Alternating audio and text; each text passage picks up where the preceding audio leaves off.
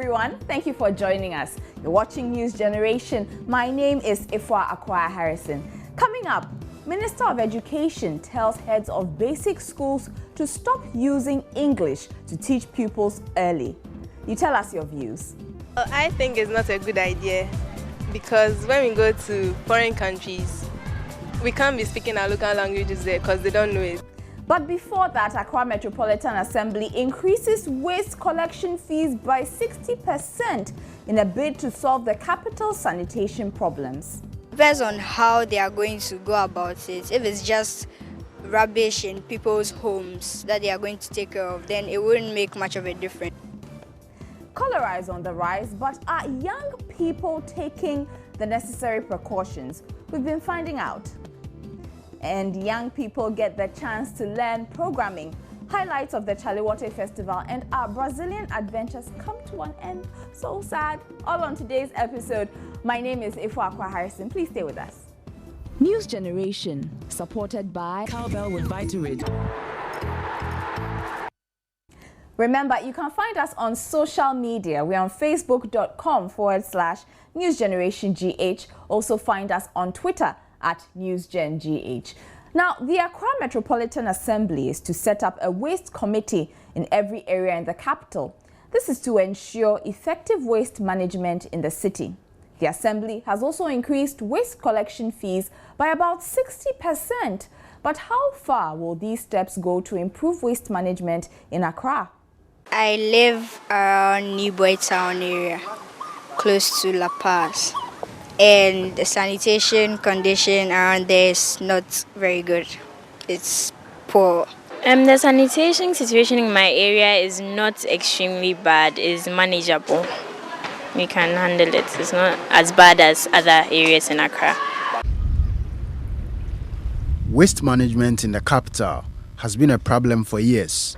Littering, failure of waste management companies to honor their duty, among other practices, contribute to it. So, the Accra Metropolitan Assembly has stepped up efforts to rid the city of filth.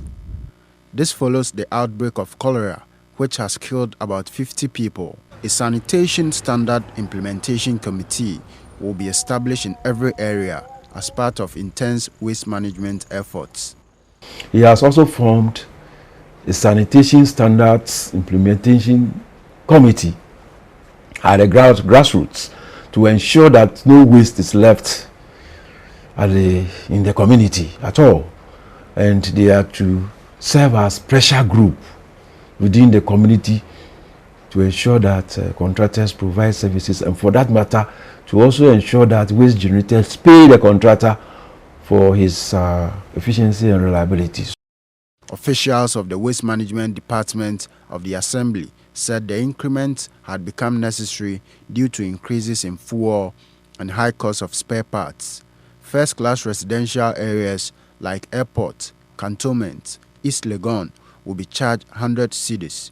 Second-class areas like North Kaneshi and Dansoman will pay 60 cedis, while third-class areas like Nima, Mamobi, and Accra Newtown will pay 20 cedis. City authorities say the increment will resource waste management companies to work effectively to rid Accra of waste. The mayor has actually laid emphasis on the contractor's responsibility to engage in effective waste collection in the metropolis, because the efficiency of contractors will motivate the interest of waste generators to make their waste available to them, and then they pay for. So if the waste is not paid, then waste generators may also default in paying them. So there is a need to be involved in efficient and reliable waste collection.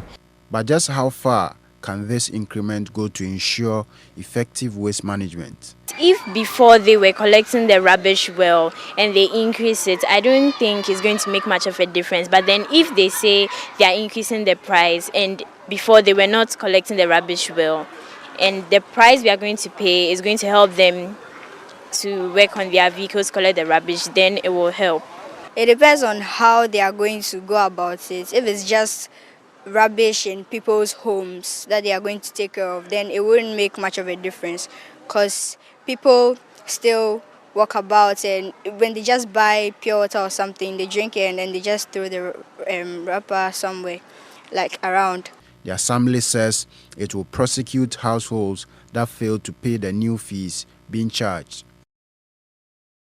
Let's talk about cholera now. Cholera cases are on the rise.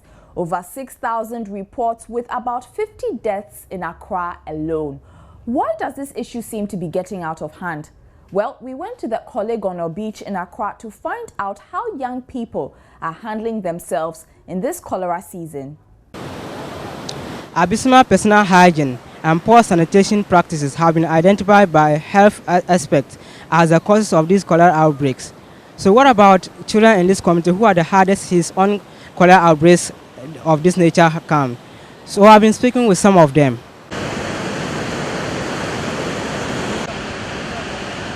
These young people play and touch all kinds of waste dumped here. The seashore is their playground, but it's also their place of convenience. Whenever any of them has the urge to attend nature's call, one just moves aside, even with the presence of a camera. Unfortunately, some of these boys are not aware of the consequences of eating here without washing their hands and after playing around in their own feces. 13-year-old Elizabeth Kwe comes here to play during her leisure time. Elizabeth says she is aware young people here stand the risk of contracting cholera when they fail to bath or wash their hands after playing.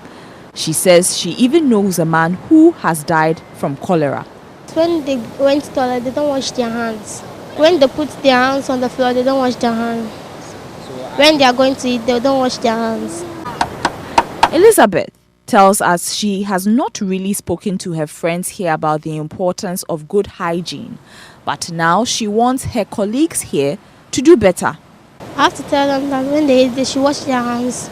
When they went to the toilet, they should wash their hands before eating.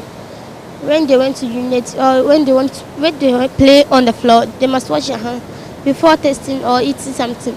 Just washing your hands before and after eating, before and after using the washroom, after playing or just after a long day could save many lives by stopping the spread of cholera.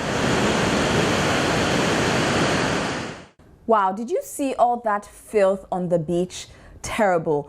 Do you know any young people who have been affected by cholera? Kindly send us a message on Facebook to let us know. Time now to catch up with other stories making the local news rounds. A downpour that lasted several hours Tuesday rendered several roads in Accra unmotorable, with most of them covered. Vehicles had a difficulty moving, leading to heavy vehicular congestions in the capital. Notable amongst the affected roads include the stretch from the Kwame Nkrumah Circle to Kanishi. The Madina Tetekwashi Highway also had a serious traffic at the Oponglo Junction. The drainage system in particular was said to be blamed for the situation. Some banking halls at the Kwame Nkrumah Circle also suffered some flooding as well. Shortage of drugs used for the treatment of psychiatric and psychotic illnesses is hampering the efforts of medical personnel to treat cases related to mental health. Resident doctor in charge of the Accra Psychiatric Hospital, Dr. Kojo Obin, says drugs released to the hospital for the treatment of patients are not enough, adding that there has been no word from government despite several appeals. He also said it is for this reason a strike action began about a month ago. The Ghana Water Company says it is making a loss. Communications Director of the company, Stanley Martin, says the company cannot even maintain their production costs. The problem, people stealing water through illegal connections and other malpractices. He says it will affect the company's ability to ensure reliable water supply at all times. 12-year-old Denzel Segbefia from the North Ridge Lyceum will be representing Ghana at the 2015 International Junior Math Olympiad. He won the 2014 country competition at the Ghana International School this past weekend. The MICE Junior Olympiad program is an exciting annual mathematical problem-solving competition for junior high school students in Ghana. Caroline Asante Date of Alcid Academy was second, and Ni Ayi Ayite of Merton International School came in third. They will join Denzel in the international competition in Disneyland, Hong Kong, China next year.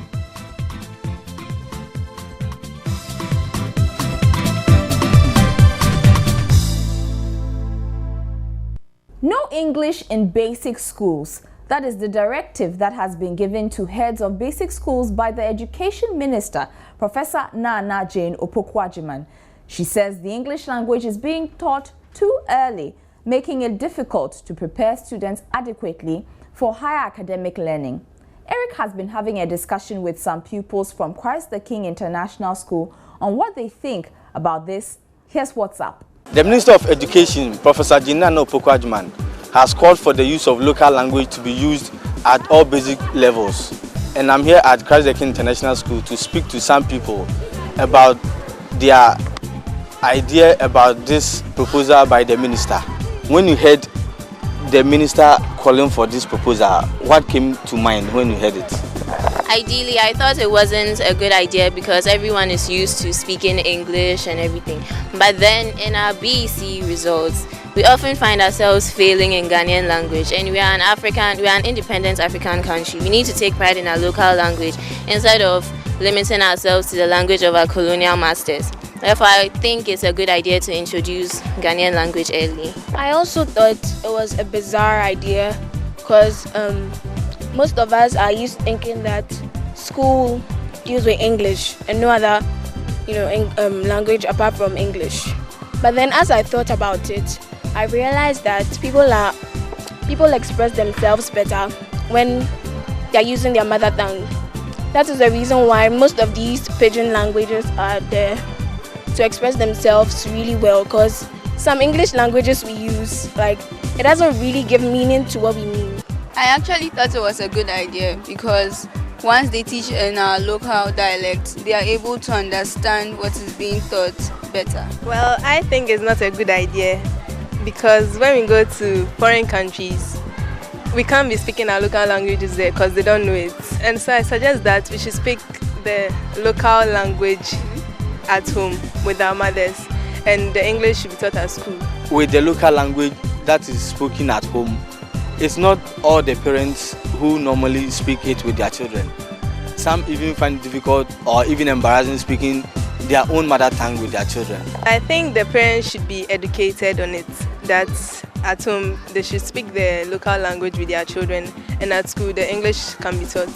There's a school of thought that says that why can't the local language be used alongside the English language while the children are in basic school? I think that one is also a good idea. But then, as she said, we must encourage using our local dialect because when we write the BEC, a lot of people fail in the Ghanaian languages, so it must really be encouraged. Most of the questions are set in English.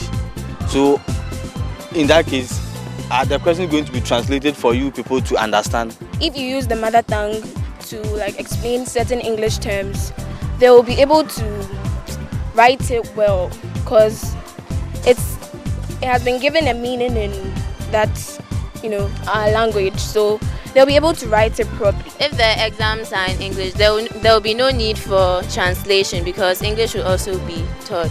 In the exam, some people cannot read their mother's tongue. They can't read. For instance, in this school, some people cannot read but they can speak it. So I suggest that teachers too should have time and teach the language well. So you've been telling us what you think on social media, and let me start with Ohineba Ajimandia.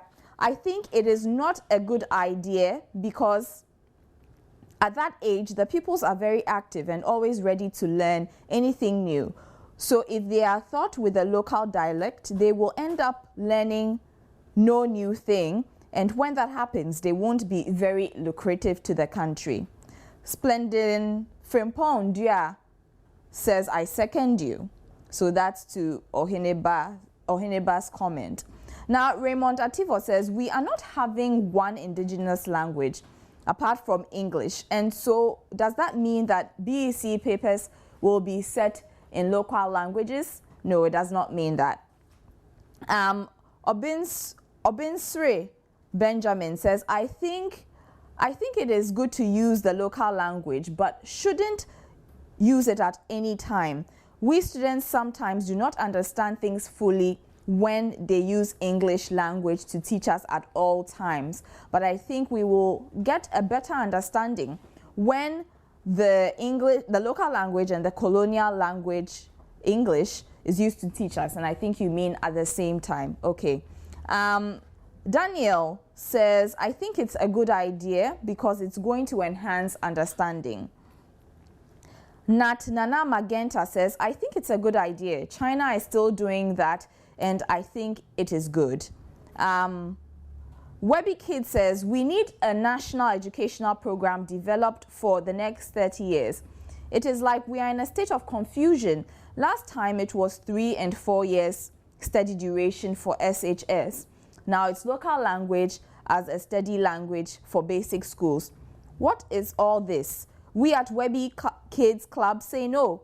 The minister and her team should map a 30-year strategic plan which would spell out achievable projections and help in producing 70% pass, not the vice versa.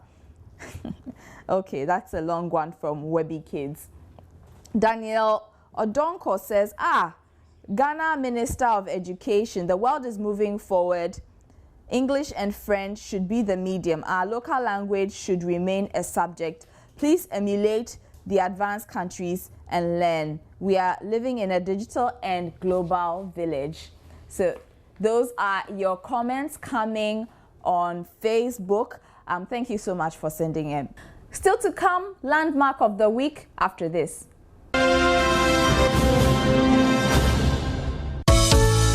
When your kids need it all, there's only one drink that's got it. Cowbell Chocomalt. It's got the delicious taste of chocolate, the nourishment of malt, the all-round goodness of milk, and sugar for energy, all in one sachet. All I add is water, hot or cold. Now, that's real value. And that's real teamwork. Cowbell Chocomalt, 4-in-1 value with a great new taste.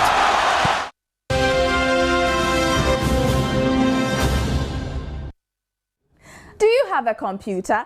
What do you use it for? Playing games or learning?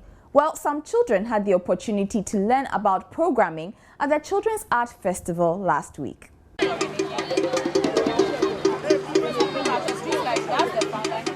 These children are at the Children's Arts Festival to have fun and learn.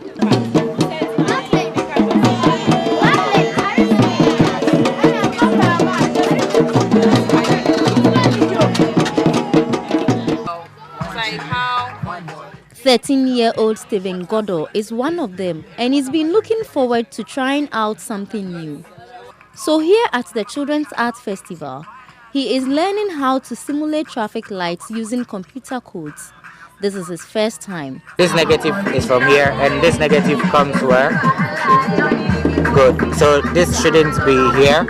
It should rather be on the ground. No. Stephen Goddo takes us through the process. We are trying to build a traffic light with a microcontroller. The red light has two sides. The one is long and one short. The short one represents the negative and the long one represents the positive. So you fix it onto the board, but you don't fix it horizontally because the power will be flowing at the same voltage. So you fix it vertically. So you fix it vertically. And you fix, and this set of wires, you fix them according to negative and positive. And so we fix this according to negative and this according to positive. So we put positive on the microcontroller, which is connected to the laptop, which gives us the power. So on the laptop, you just need to input your codes and it's working. Kwabna Owusu country champion at Google Developer Group Ghana, says it is time for these children to learn something different from what is taught in the classroom. They are working with Arduino to build a simple traffic light simulation. The whole concept of this is to introduce them to something called DIY, do it yourself. The do it yourself, basically what they are doing now, it's a bit of coding and putting components together. We are not looking at what they are doing out there. We're also looking at what we can do here for ourselves. These components, LEDs, are found in the markets they can get. And the more you do this thing, it broadens your horizon on how some things around us works. Right now, there is an influx of LED lights on the market which are solar powered, and you can build that same thing with this. So I made them understand that the traffic lights they see there, it's not any magic behind it. It's just a simple thing. And I just introduced them to that simple thing that makes the traffic light works. So why don't you join the Google developers next year at the Children's Arts Festival?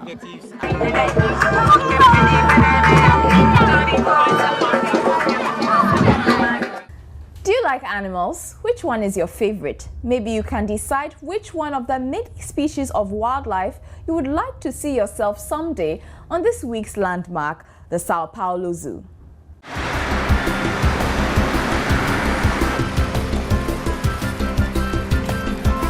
This is the Sao Paulo Zoo in Brazil. With over 3,200 creatures, this animal garden is the largest in the South American country. It is so huge, to see most of the animals in a short time, we had to drive around the park.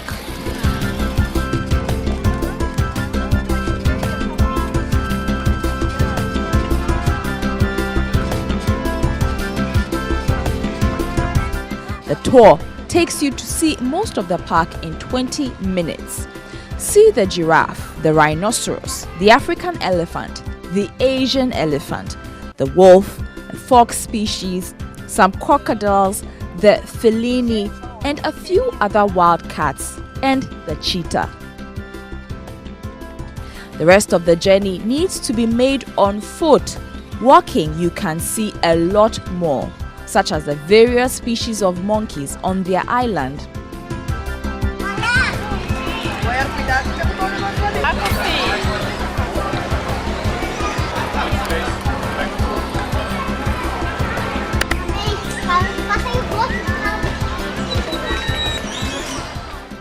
The different birds, including flamingos, ducks, and swans.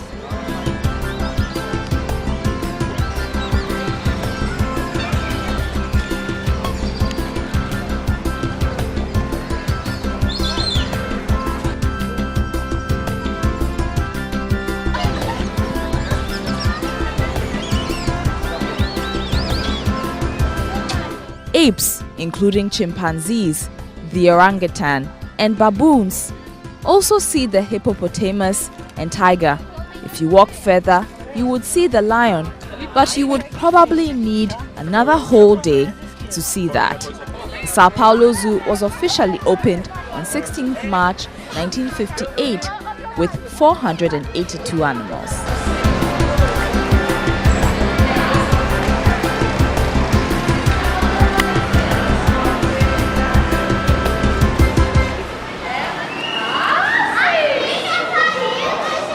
The ALS Ice Bucket Challenge in the US seems to have inspired people to come out with their own versions to address issues that affect their country.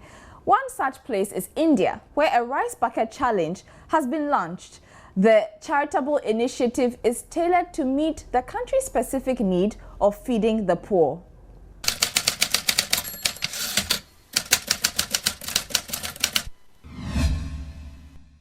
An Indian woman has come up with a localized version of the Chilling Ice Bucket Challenge, the charity stunt that has gone viral on social media. 38-year-old Manju Latakalanidhi is the face behind the Rice Bucket Challenge. The Hyderabad-based journalist believes copying the Ice Bucket Challenge will not make the needed impact as expected in India, a country where clean water is a luxury for many. Instead, she has come up with the Rice Bucket Challenge, where people are encouraged to cook or donate a bowl or bag of rice to poor people. They then take a picture of themselves and post it on Facebook and nominate friends to take up the cause. The idea has hit all the right notes on social media.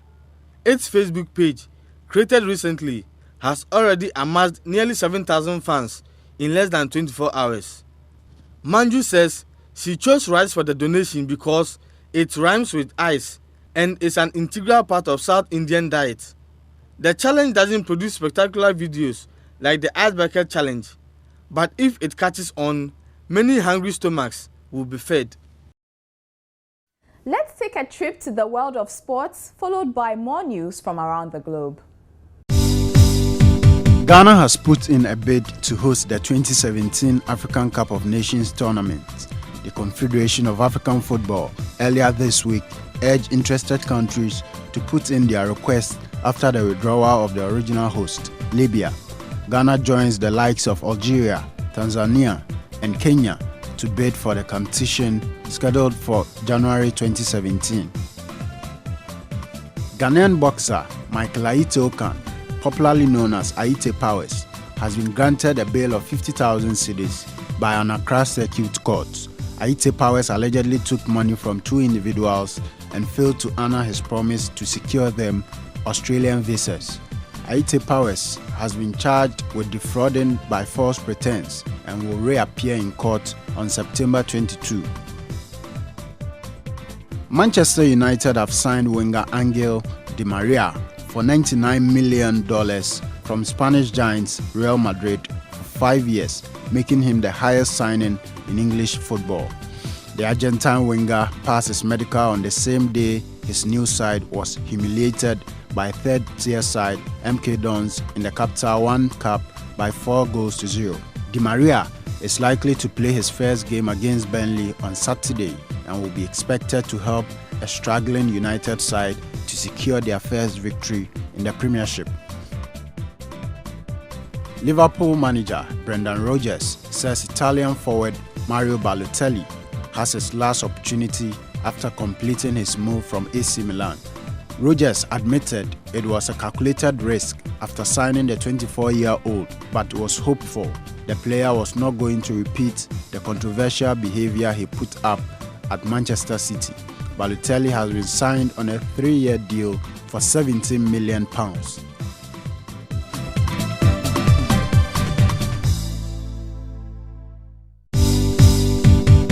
All schools in Nigeria have been ordered to remain closed until 13th October as part of measures to prevent the spread of the deadly Ebola virus.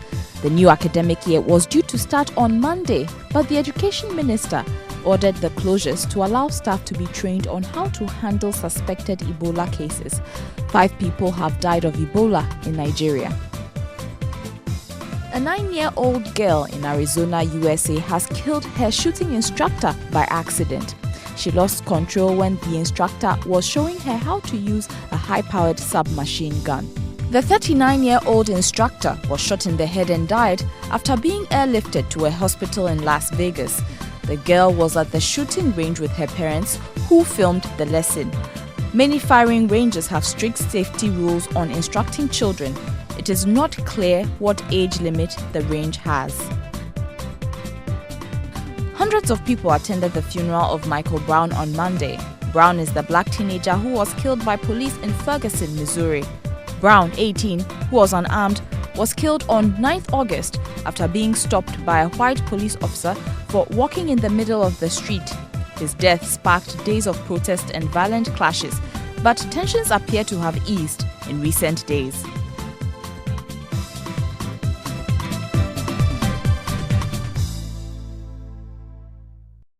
Now, this past weekend was the Chaliwote Street Art Festival in Jamestown. Children there attended in their numbers. Well, we end off with some interesting highlights of the event. Thank you for joining us and for sending your comments through on social media. See you soon.